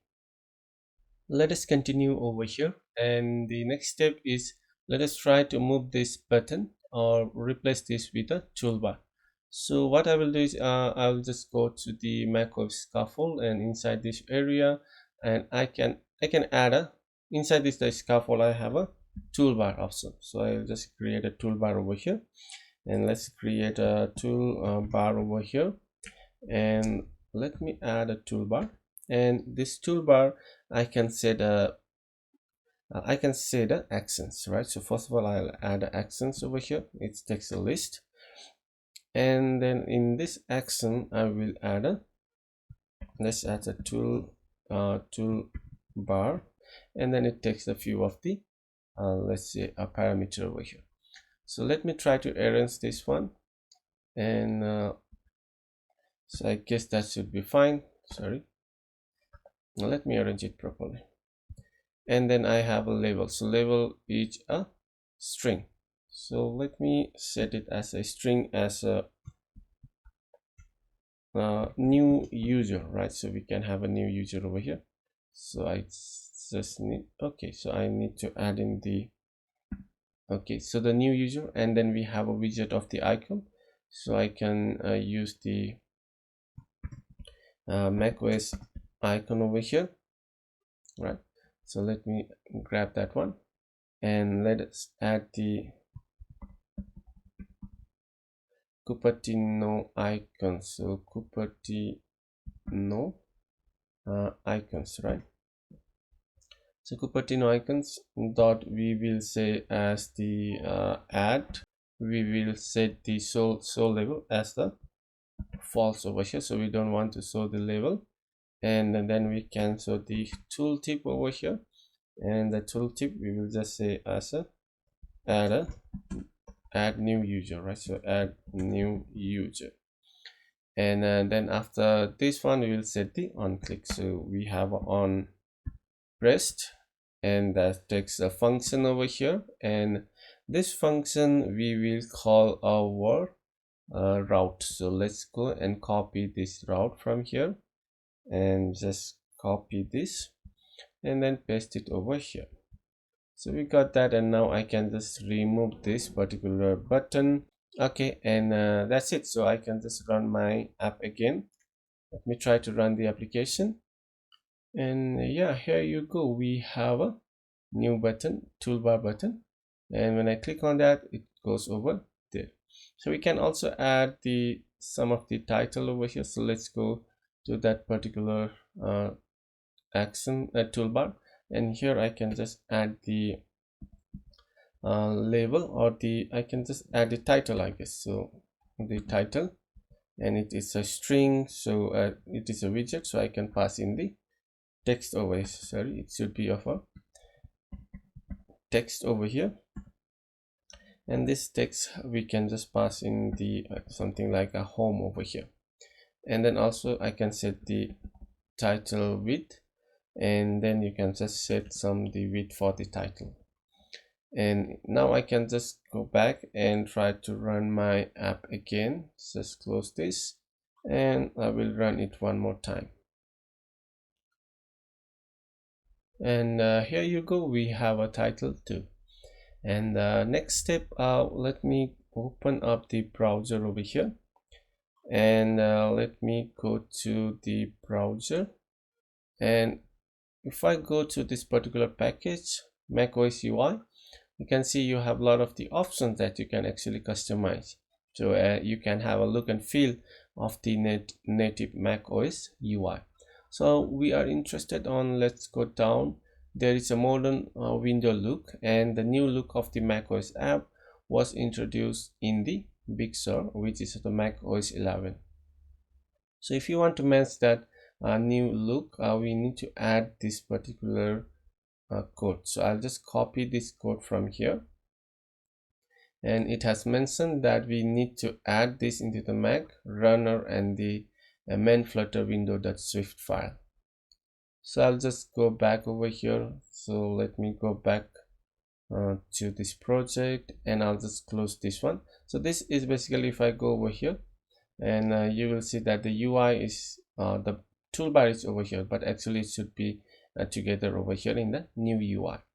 So let me close this one, and I will go inside the Mac OS folder, and then it should be inside the runner, and then we have a main Flutter window.swift file, and this file I need to remove it at the code, and I can paste the code that I have copied from that particular file. So I add that file, and then now I can just go and run one more time. So just restart your application. So make sure you restart your application, because we changed some code on the native side. So now you can see that toolbar looks much better, and the UI looks much better. So it's matching to the new macOS UI. And if I go over here, you can see that toolbar, and you get a nice looking native UI. So I guess that's all for this lesson, and we'll meet up in the next one. Till then, have a great day. Let us continue with our lesson over here. And what we'll do now is, for this gender field, we will try to add a drop down menu over here. So for that, let's go on to the top over here, and let us create some variables over here, or the fields. So I'll type as a string and make it as a nullable and gender, and also have a list of the type of the string, and then we'll call it as a genders, and it will be of what type of the string. Let us fill in some data for the string, and f, and then we have, let's say, and I need to close this one too over here, and I did not close this one too, so let me close that one. And then once we have that, and also I'll add one more other, and let's close that one. So we have two fields, and let's go down somewhere. I guess I will go over here, and I will add one function over here, and the return type will be down drop down menu item. So let's have a drop down menu item, and type will be of a generic type, will be of a string. And then let's create a function like a build menu item, and we will take the string as a parameter over here and call it as a item over here. And then we'll just create an arrow function or the anonymous function over here, and then we will set it the return type as a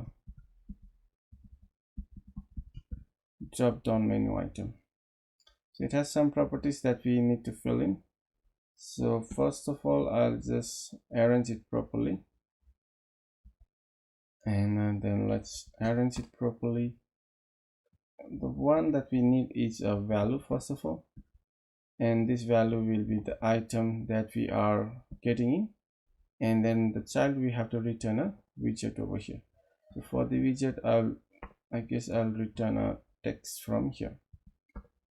So text, and let's add the, I guess I'll just return the item that we have. So we have a function that basically takes a string as a parameter, and then what it does is it takes the value and the item that we are passing in and just return a drop down menu item first. So let's go on to the top over here and over here. So let's add a drop down button. Drop down button that we have, and we need to fill in some of the properties over here. So let me arrange it properly first of all. So first we will add a value that it requires. The value will be of the gender that we have, and then it also requires the items, items, items, right? So items will be of a type of list. So we have genders, so we got the list over there, and then what we have to do is we have to map that one.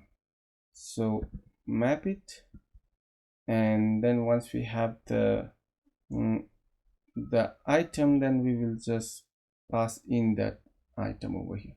So we have a item, menu item, because it requires the list item requires the drop down menu item, right, as a type of this string. So what we'll do is inside this map function, we'll pass in our function of the to return a list, so that to list that we have. Okay, so once we have that, and then what we'll do is we can add some more options like on changed. So whenever it changes, we get some value from there. So once it changed, what we want to do is we'll just set the state. Currently we are not using any state management over here, but we will just use a default set state value, and we'll set the value for the gender. That will be of the value that we are getting dot to string. So that should be the one that we need, and this should be of a comma over here. So we have built that one, and also I can wrap this one with the let's wrap it with the widget over here. And this widget, what we'll use is a drop down button. So drop down button, hide the underline, so we don't want to show the underline. So I guess that's the one that we need, and let's try to run and see how it look like. So I'll just pass in the parameter for the main.dat file, the macOS, and let's run it for the macOS over here. And I guess that should be fine. So let us wait for that one. And also we need something to change on when we add that. So we have an issue over here, no material widget found. So currently we are not using any material widget because that is wrapped with our content area and the macOS scaffold. So we are not using the material scaffold. That may be the issue. So what we can do for this particular issue is I can just go over here and wrap this one with a widget. So I can wrap this one with a widget, and then I can pass in the material widget over here, and also I can pass in some of the properties. But let me try to run the application and see if that fixes that particular issue. So let's go back and let's try to run that command again, and let's hold on. So just hold on. So here you go, and that is particularly, let's go over to here, and then we have a drop down over here, and then when we click on it, we can set the value, right? So it's actually over here, but it's not there. So we should remove that one. So I think we forgot to remove that one. So let's go over here, and let's remove that particular field from there. So we don't need this one, so just remove that, and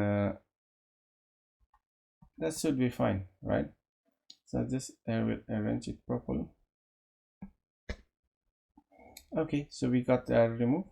And then also for this material, what we can add is we can add one more type. Let's add the type property, and for the type property, material type, that we will set it as a transparency, because currently there is something like the background color over here, so we just want to remove that one. And also what we can do over here is we'll go down, and when we add the gender, we don't need this gender anymore, so we'll just set it as a gender from here. Gender dot the toString,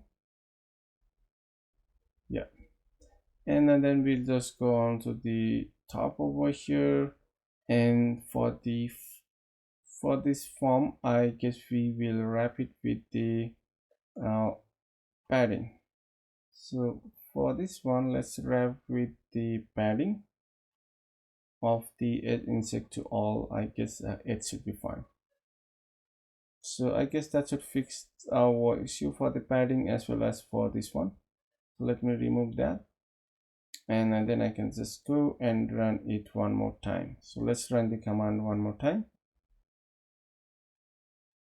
and here you go. So let's go to this particular, and then we have this gender over here.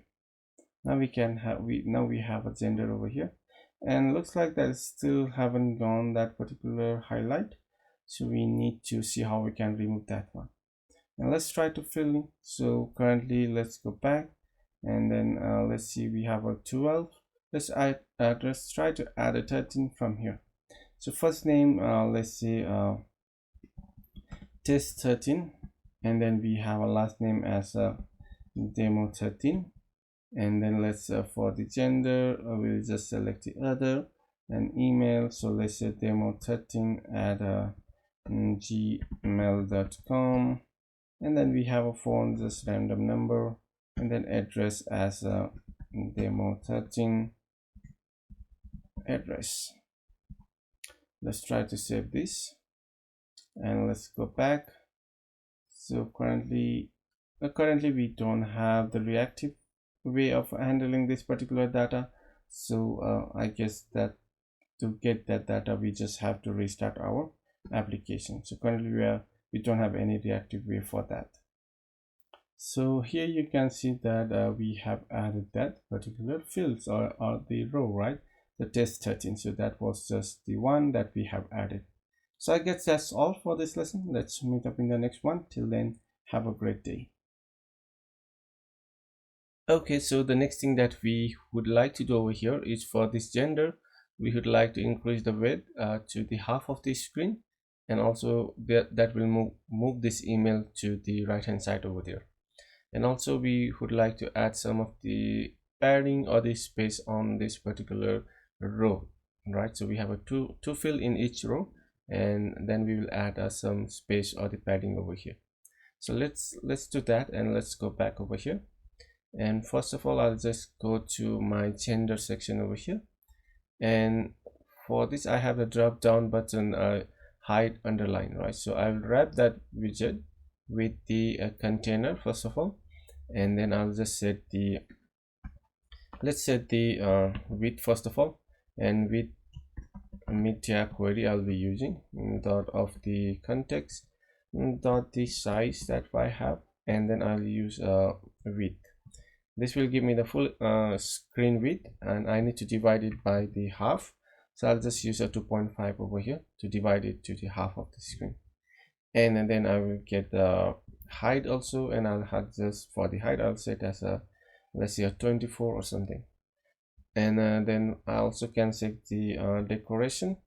So for decoration, what we'll do is we'll go to our base form text field over here, and then we'll use a macOS text field decoration. So let's go inside this decoration, and we will try to find some of the decoration for this macOS text field, so the decoration will look quite similar. So let's go on to stop somewhere. Let's see what we have. We have a border, and then we have a box decoration over here. So I guess that is the one that we are looking. So I can copy from here, right? So let me copy this section, I guess till somewhere over here. So let me just copy this part. Let us go back to the add user screen, and on the top of the screen let me paste it. So let me paste that one. Okay, so that looks fine, and it's not a good way to add it over here. We can create a separate file for that one, but let us add it over here for now. So let me go down and let me set it to here. So we have a decoration. So once I have underscore k default border side, a rounded border, I guess, is this the one? No, it's not the one. So I need to find what's the name. So k default, so default, that's the one. So let me copy that over here. So let me paste it over here. Okay, so that looks fine. And if that's the one, then I can just go over here and create a new folder and create a UI style over here. And then the style, let me add a new file over here. Right, so let me add a new file over here and call it as a custom box decoration.dot file, and here I can move that all of my previous code over there. So it's not a good way to have all of this over here. That's look pretty bad, or it doesn't look clean over here, right? So I can just cut this part, and then I can just go to this and I can paste it over here, and I just need to import the, I guess that's it, from the Cupertino, right?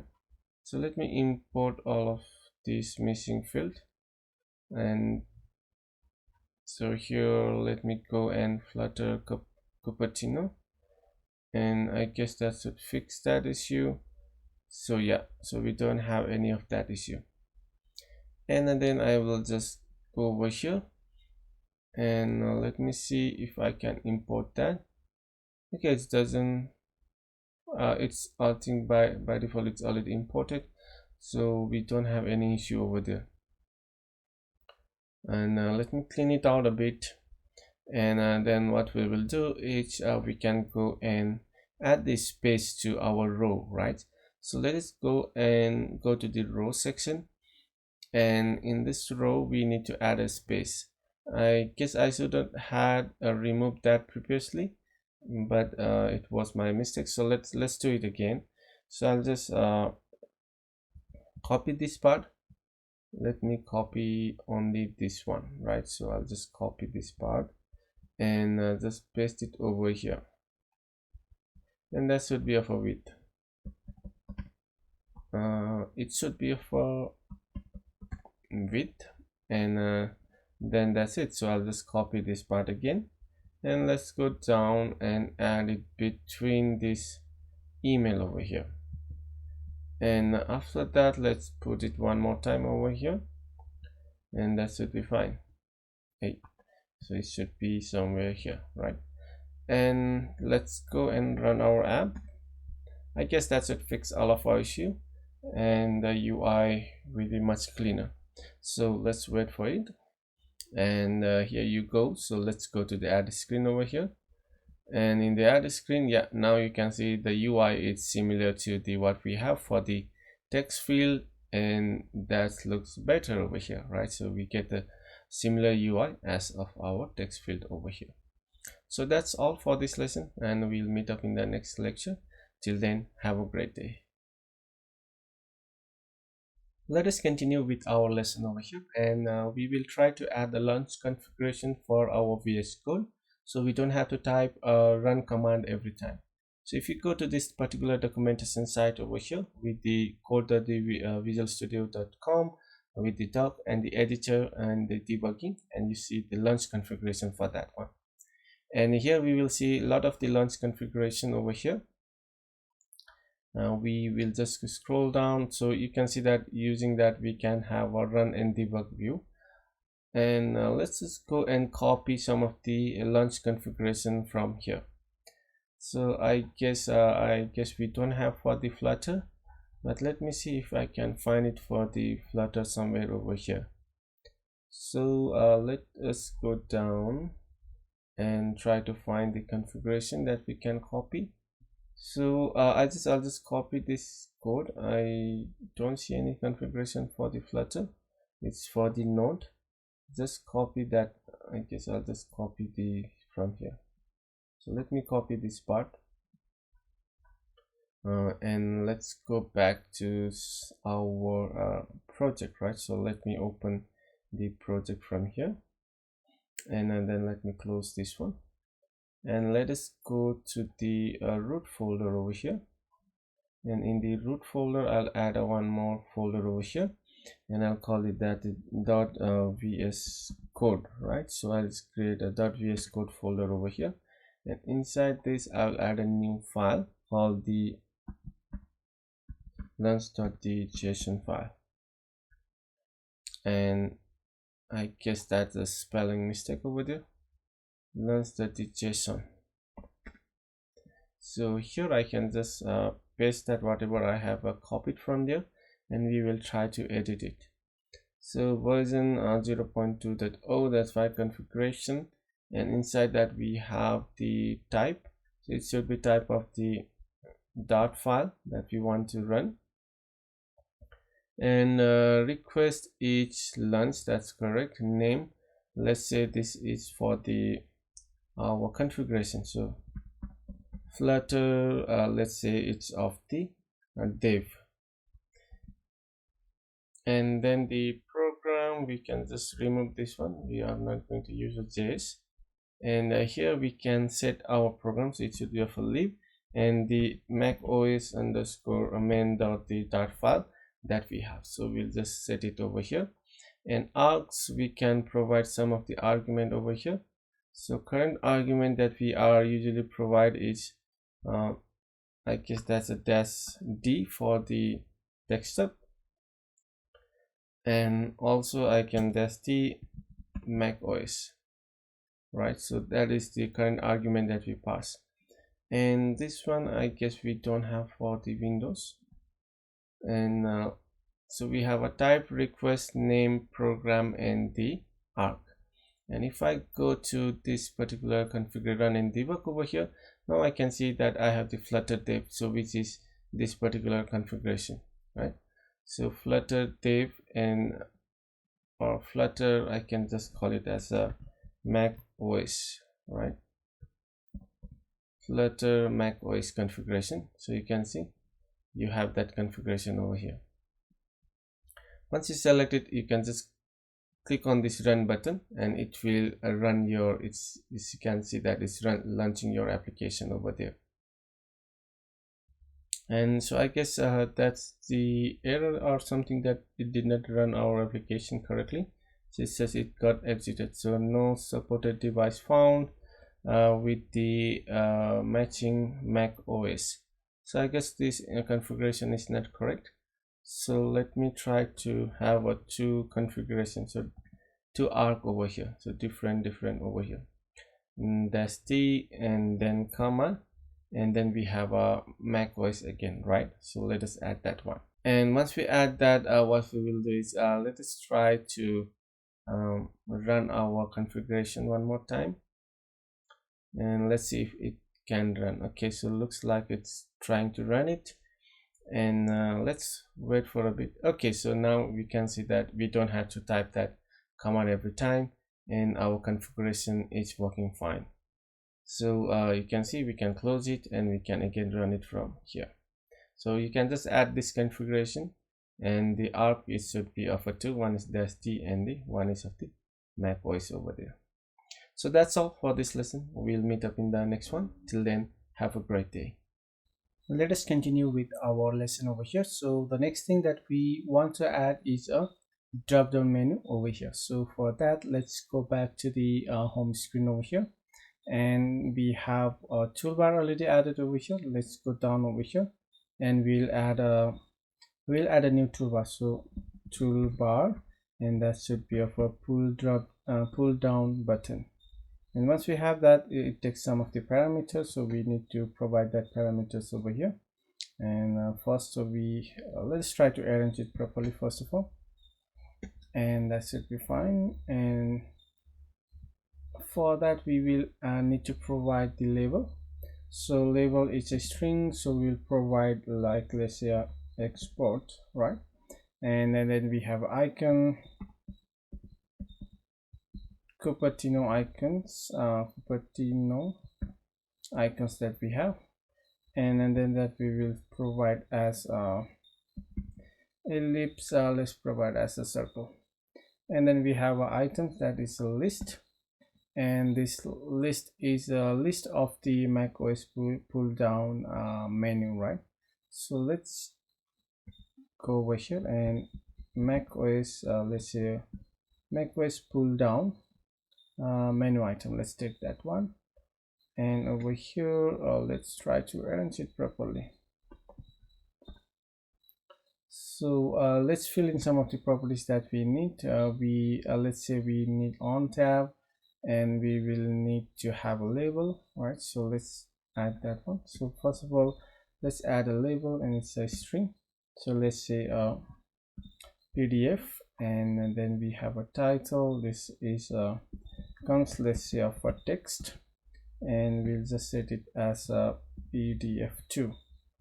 And then we have a on tab, and that takes a function call, and we'll just say that debug print, and here we will just add a export to, let's see, a PDF.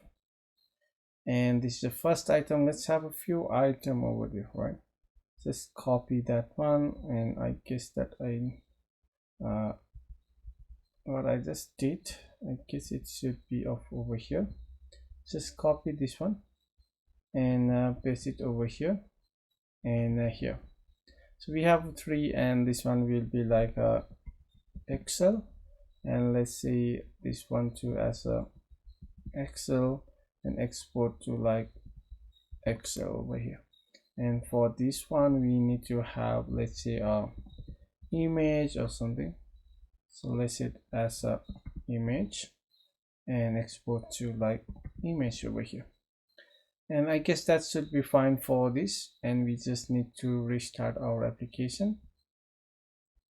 And after we got restart, let's go over here, and then we can see a nice looking drop down menu over here.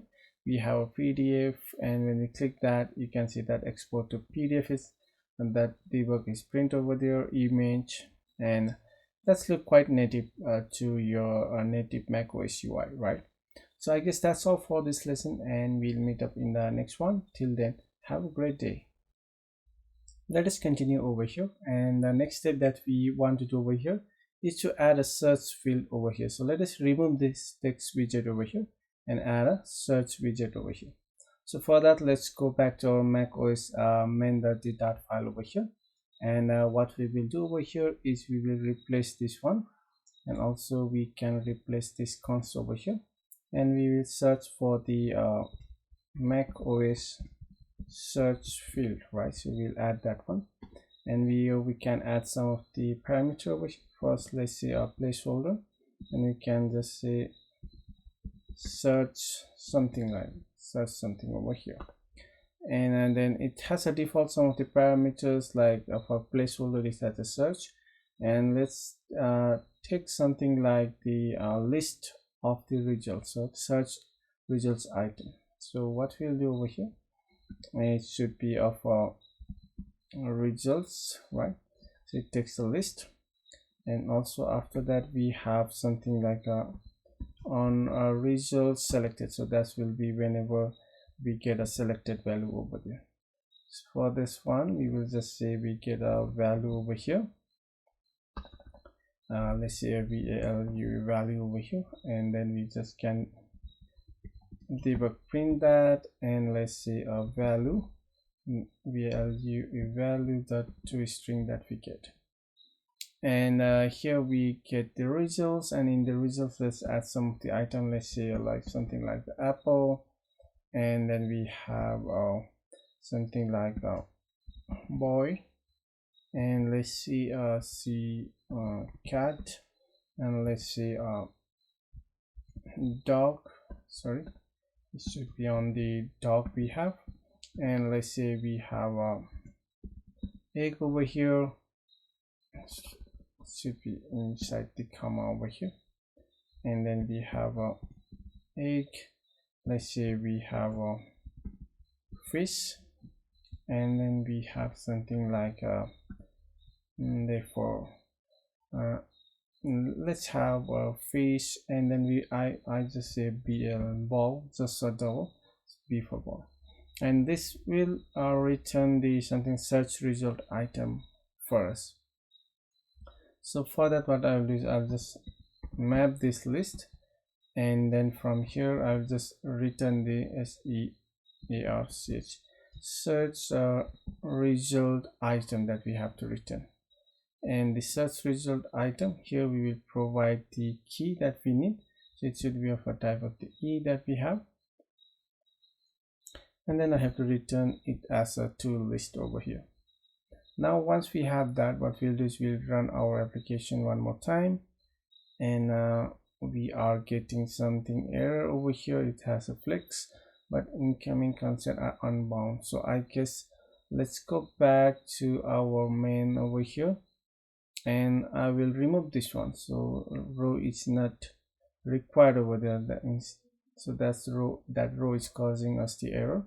So let me remove that and restart the application, and I guess that would fix. Okay, so now we get the nice looking native looking search bar over here, and here I can search for the apple. I get an apple, and if you can also see that if I want to have the something like the let's say a ball, right? So if I say B, I get a boy and the ball, so which means that this search is working, but the result is not correct. So what we have to do is the value, and that we have a search key. I guess we get some item from here, search result, and the value that we have. Okay, so it's not over here, sorry for that.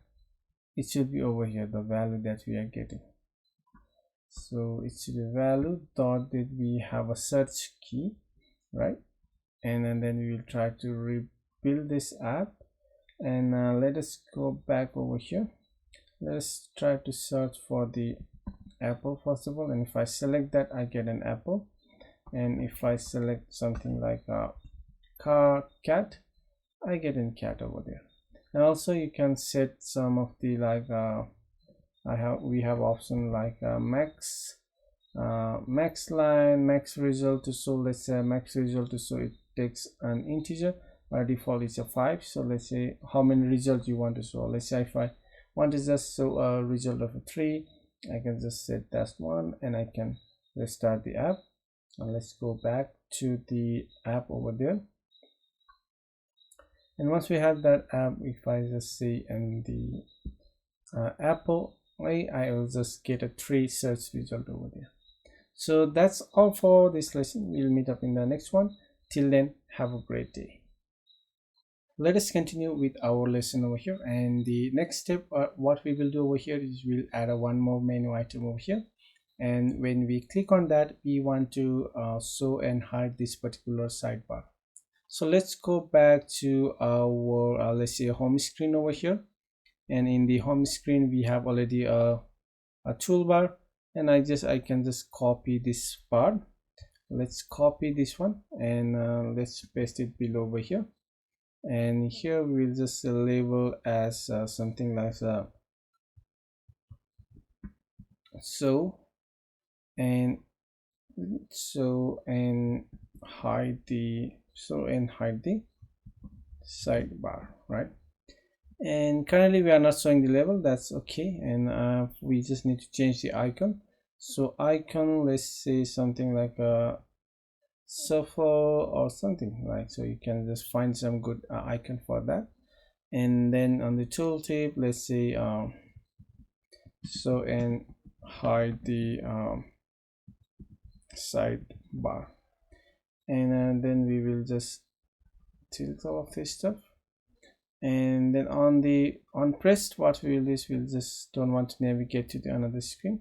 What we want to do over here is we have to, let me remove this one first of all, and now what we want to do over here is this one should be not here, right? It should be here,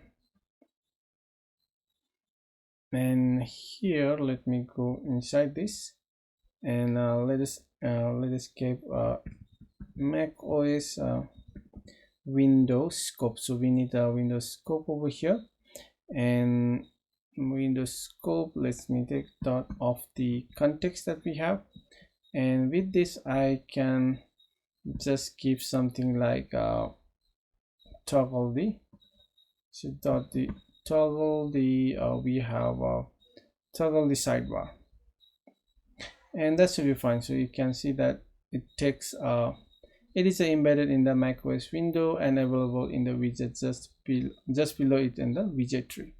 And in the macOS window scope pass down the value in which are calculated inside the macOS window. So basically we get this the macOS window scope inside the macOS window that we have. This scope comes from the macOS window that we have used on our macOS main.dat file over here.